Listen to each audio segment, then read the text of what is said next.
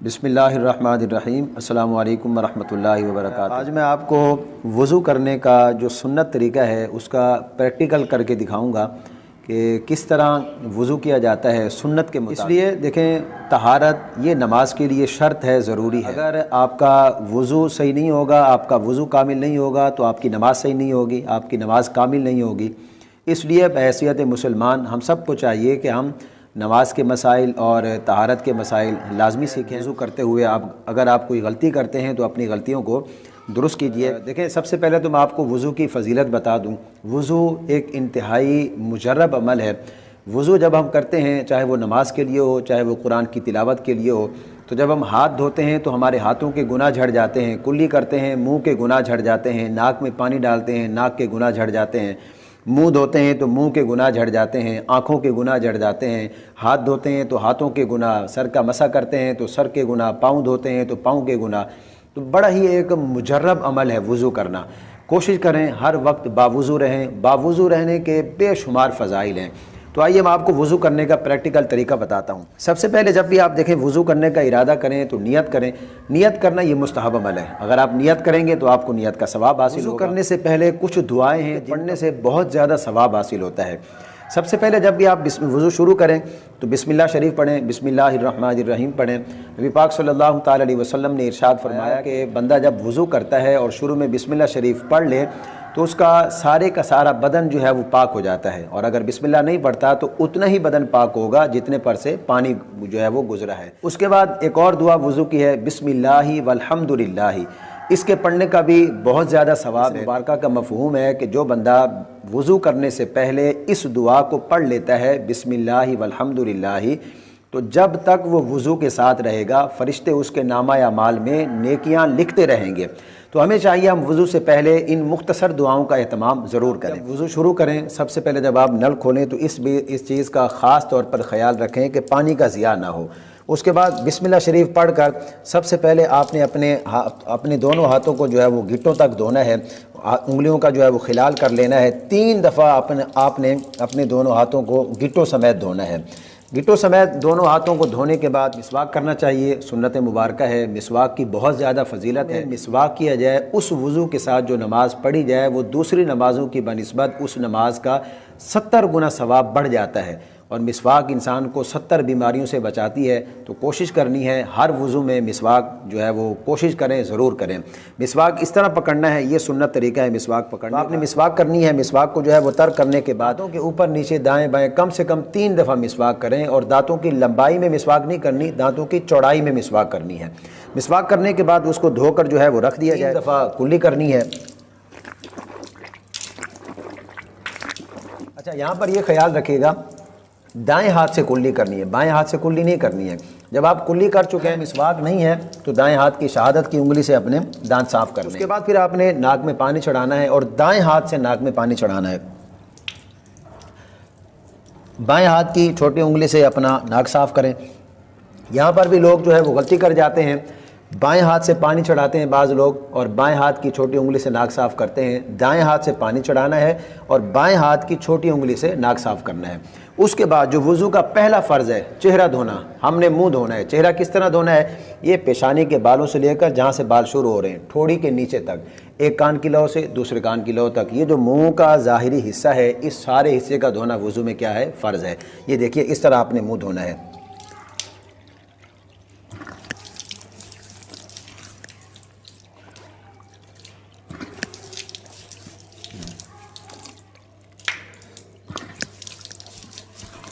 منہ دھونے کے بعد اگر کسی نے داڑھی رکھی ہوئی ہے، سنت مبارکہ رکھنی چاہیے۔ داڑھی اگر گھنی نہیں ہے تو پھر بالوں کی جلد کا دھونا یہ فرض ہے، اور اگر داڑھی گھنی ہے بالوں کے ظاہری حصے کا دھونا جو ہے یہ فرض ہے۔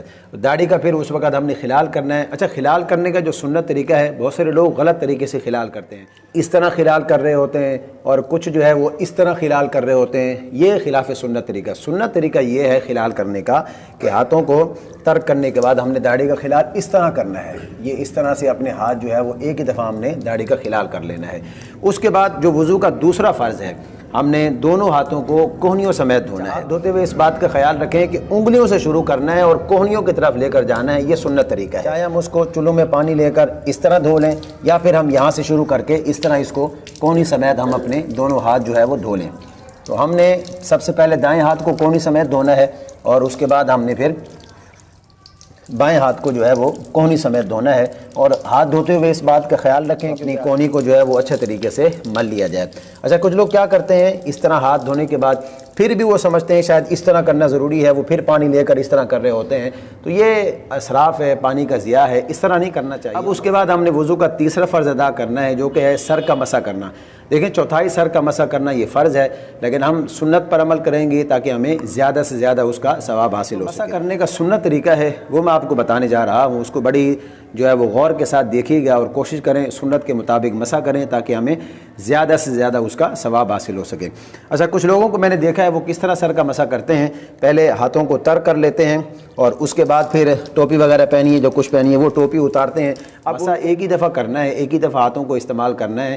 اب وہ ہاتھ تو ٹوپی پر، تو بہتر طریقہ یہ ہے کہ پہلے اپنی ٹوپی وغیرہ جو سر پر پہنی ہے، امامہ پہنا ہے، اس کو اتار کر رکھ دیا جائے، پھر جو ہے وہ ہاتھوں کو تر کیا جائے۔ اس کے بعد یہ دیکھیں، یہ سنت طریقہ ہے مسح کرنے کا، یہ 3 انگلیاں اس طرح بنائی جائیں اور یہ جہاں سے ہمارے بال شروع ہو رہے ہیں ہم نے پورے سر کا مسح کرنا ہے اور ایک ہی دفعہ اپنے ہاتھوں کو استعمال کرنا ہے، ٹھیک ہے جی۔ تو یہ غور سے دیکھیے، یہاں سے ہم نے یہ 3 انگلیاں صرف لے کر جانی ہیں، ہماری نہ ہتھیلی ٹچ ہوگی اور نہ ہی ہماری جو ہے یہ انگوٹھے اور انگلیاں ٹچ ہوں گی، یہ صرف 3 انگلیاں ہم نے یہ گردن تک لے کے جانا ہے۔ واپسی پر ہم نے یہ ایسے کرتے ہوئے، یہ ہتھیلی ایسے کرتے ہوئے واپس لے کر آنی ہے۔ ہماری یہ انگلیاں اور انگوٹھے باقی ہیں، ان انگلیوں سے کان کے اندرونی حصے کا مسح کرنا ہے، پورے اندرونی حصے کا، اور انگوٹھے سے کان کے پچھلے حصے کا مسح کرنا ہے۔ پورا ہاتھ استعمال ہو چکا ہے اور ایک ہی دفعہ پورے سر کا، کان کے اندرونی حصے کا، کان کے بیرونی حصے کا مسح ہو چکا ہے۔ ہاتھوں کی پشت باقی ہے، تو ہاتھوں کی پشت سے گردن کا جو ہے وہ دونوں طرف سے مسح کر لینا ہے۔ گلے کا مسح کرتے ہوئے بعض لوگوں کو میں نے دیکھا ہے، گلے کا مسح کرنا یہ مکروہ ہے، گلے کا مسح نہیں کرنا چاہیے، گردن کا مسح کرنا چاہیے، گلے کا مسح کرنا مکروہ ہے۔ اس کے بعد پھر اپنے ہاتھوں کی جو انگلیوں کا جو ہے وہ خلال کیا جائے، تو یہ سنت طریقہ ہے مسح کرنے کا۔ اچھا، کچھ لوگ کیا کرتے ہیں، مسح کرتے ہوئے پانی لیتے ہیں تو پہلے وہ انگوٹھے چومتے ہیں، پھر اس طرح ہاتھ کر لیتے ہیں، یہ مسح میں کوئی اس طرح کی بات نہیں۔ وضو کرتے ہوئے اگر اذان ہو رہی ہے اور اس وقت نبی پاک صلی اللہ تعالی علیہ وسلم کا نام گرامی آتا ہے تو اس وقت تو آپ انگوٹھے چوم لیں، اس میں کوئی حرج نہیں ہے، لیکن خالصتاً مسح کرنے کے لیے انگوٹھے چومنا یہ وضو میں جو ہے وہ کہیں پر ثابت نہیں ہے۔ تو یہ مسح کرنے کا سنت طریقہ یہی ہے جو میں نے آپ کو بتا دیا ہے۔ اس کے بعد جو وضو کا چوتھا فرض ہے، دونوں پاؤں کو ٹخنوں سمیت دھونا۔ پہلے ہم نے دائیں پاؤں کو ٹخنے سمیت دھونا ہے، پھر ہم نے بائیں پاؤں کو ٹخنوں سمیت دھونا ہے، اور دھوتے ہوئے اس چیز کا خاص جو ہے وہ خیال رکھیں، جلد ہماری خشک ہو جاتی ہے، خصوصی طور پر یہ جو ہماری پاؤں کی ایڑی ہے، یہاں پر جو ہے وہ بعض دفعہ بعض لوگوں کو جو ہے وہ ورم پڑ جاتے ہیں، تو یہ جگہ انسان کی جو ہے وہ خشک رہ جاتی ہے، تو کوشش کرنی ہے کہ ایڑی پر اور یہ ہم نے انگلیوں کا خلال بھی کرنا ہے، کوئی جگہ جو ہے وہ ایک بال کے برابر بھی خشک نہ رہے۔ تو یہ 3 دفعہ ہم نے جو ہے وہ دایاں پاؤں دھونا ہے، اور اس کے بعد دایاں پاؤں دھونے کے بعد ہم نے 3 دفعہ بائیں پاؤں کو جو ہے وہ ٹخنے سمیت دھونا ہے، اور ایڑی پر صحیح سے ہاتھ پھیر لینا ہے تاکہ کوئی بھی جگہ اس کی جو ہے وہ خشک نہ رہے۔ 3 دفعہ ہم نے بائیں پاؤں کو ٹخنے سمیت دھونا ہے، یہ اس طرح کرتے ہوئے، اور انگلیوں کا جو ہے وہ خلال کرنا ہے۔ تو یہ خلال انگلیوں کا ہونے کے بعد ہمارا پاؤں جو ہے یہ دھل چکا ہے۔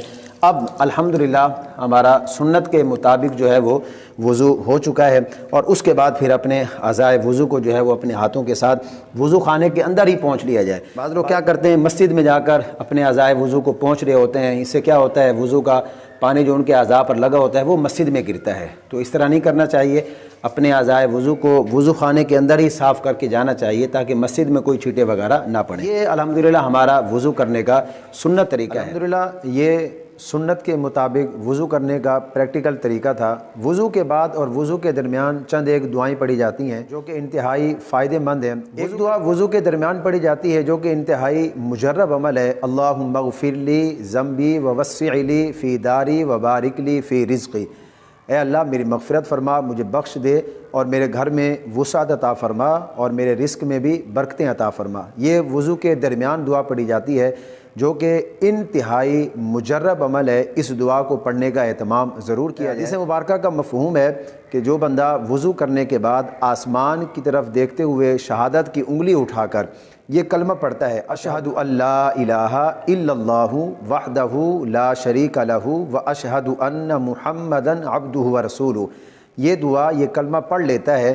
تو اس کلمے کی برکت سے اللہ رب العزت اس کے لیے جنت کے 8 دروازے کھول دیتا ہے، جس دروازے سے چاہے جنت میں داخل ہو جائے۔ اس کے ساتھ ساتھ یہ دعا بھی پڑھی جائے اللہم اجعلنی من التوابین واجعلنی من المتطہرین، اس کے بھی پڑھنے کے بے شمار فوائد ہیں۔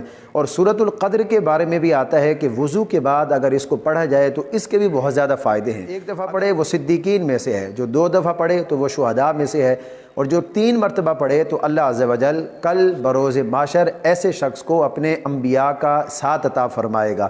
اور یہ تو ہے کہ ویسے پڑھنا، کوئی شخص وضو کرنے کے بعد آسمان کی طرف انگلی اٹھا کر سورۃ القدر پڑھتا ہے، علماء نے لکھا ہے کہ ایسے شخص کی نظر کبھی کمزور نہیں ہوگی۔